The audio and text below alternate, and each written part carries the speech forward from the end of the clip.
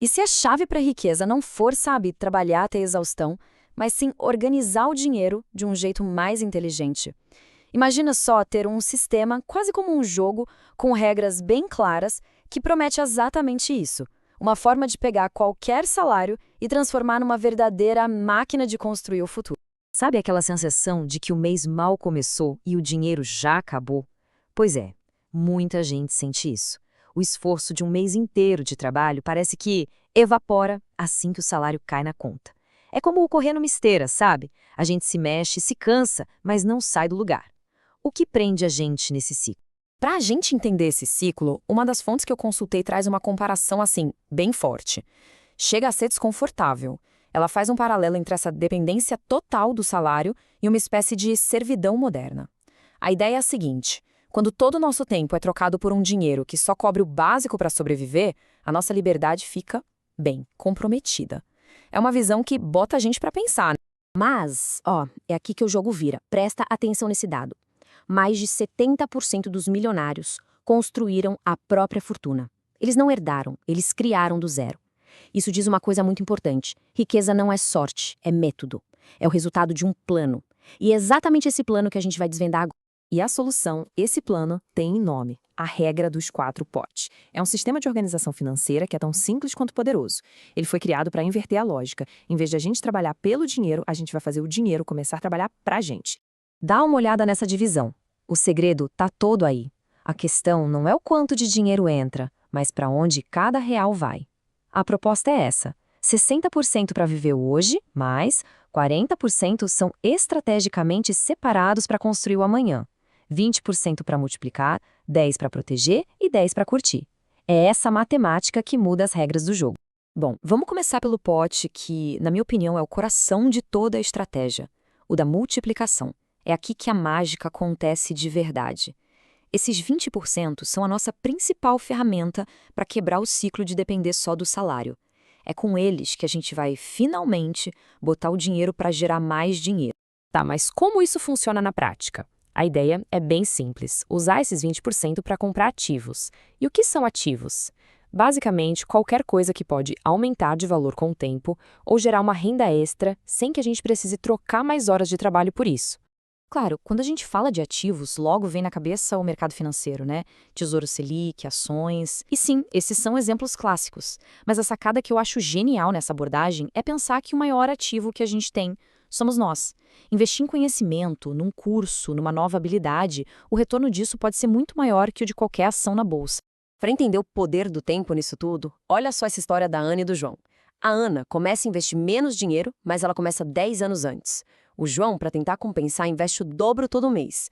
Só que o tempo já fez o trabalho dele. No final, a Ana acumula quase 3 vezes mais dinheiro.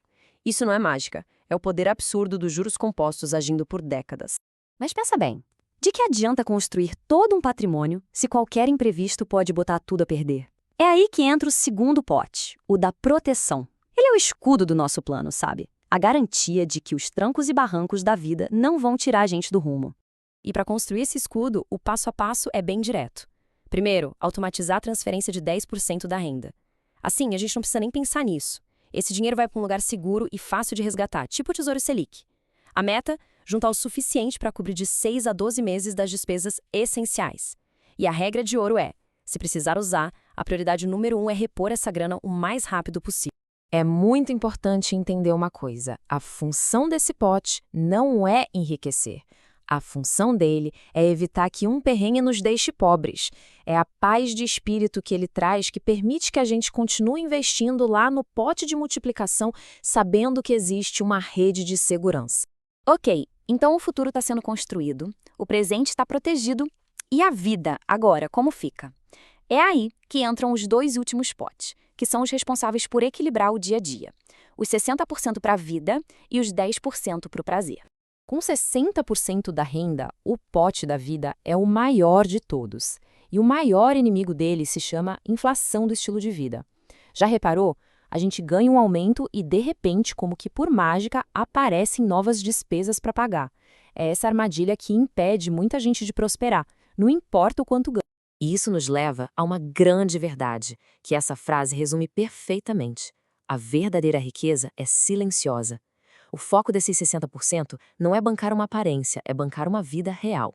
Às vezes, a pessoa com o carrão do ano está afundada em dívidas, enquanto aquela que vive de um jeito mais simples tem uma tranquilidade financeira de dar inveja. E aí a gente chega no último pote, que pode até parecer um luxo, mas na verdade é uma peça-chave: os 10% para o prazer. Por quê? Porque os números mostram que se privar de tudo não funciona a longo prazo. 9 em cada 10 pessoas que cortam tudo que gostam acabam desistindo no meio do caminho. Esse pote é o antídoto contra o abandono do plano. A chave aqui é a intenção. Uma coisa é gastar por impulso e depois sentir culpa. Outra, bem diferente, é usar esse dinheiro para recompensas planejadas. É usar essa grana para criar experiências que nos lembram porque todo esse esforço vale a pena. Isso mantém a motivação lá em cima para continuar a jornada. E quando a gente junta todas as peças, fica claro que não são só 4 potes separados. É um ecossistema financeiro completo. O pote do futuro planta as sementes. O da proteção constrói um muro contra as tempestades. O do presente nos dá o chão firme para caminhar. E o do prazer, esse é o sol que deixa a jornada mais agradável. O resultado disso é um ciclo positivo. O crescimento financia uma vida melhor. A segurança garante que esse crescimento não seja interrompido. E o prazer nos dá energia para manter tudo girando. Cada parte alimenta a outra, criando um sistema que se fortalece sozinho e nos leva em direção à liberdade financeira. Sabe, a beleza dessa regra toda está na simplicidade. Mas o poder de verdade não está em conhecer a regra, e sim em praticá-la. É a disciplina da consistência, aquela pequena ação repetida todo santo mês que transforma esses potes numa força poderosa de mudança na vida financeira. Isso tudo nos deixa com uma reflexão final. Diante desse sistema, qual seria o primeiro passinho, por menor que seja, que alguém poderia dar, hoje mesmo, para começar a encher esses potes e assumir de vez o controle do próprio futuro financeiro?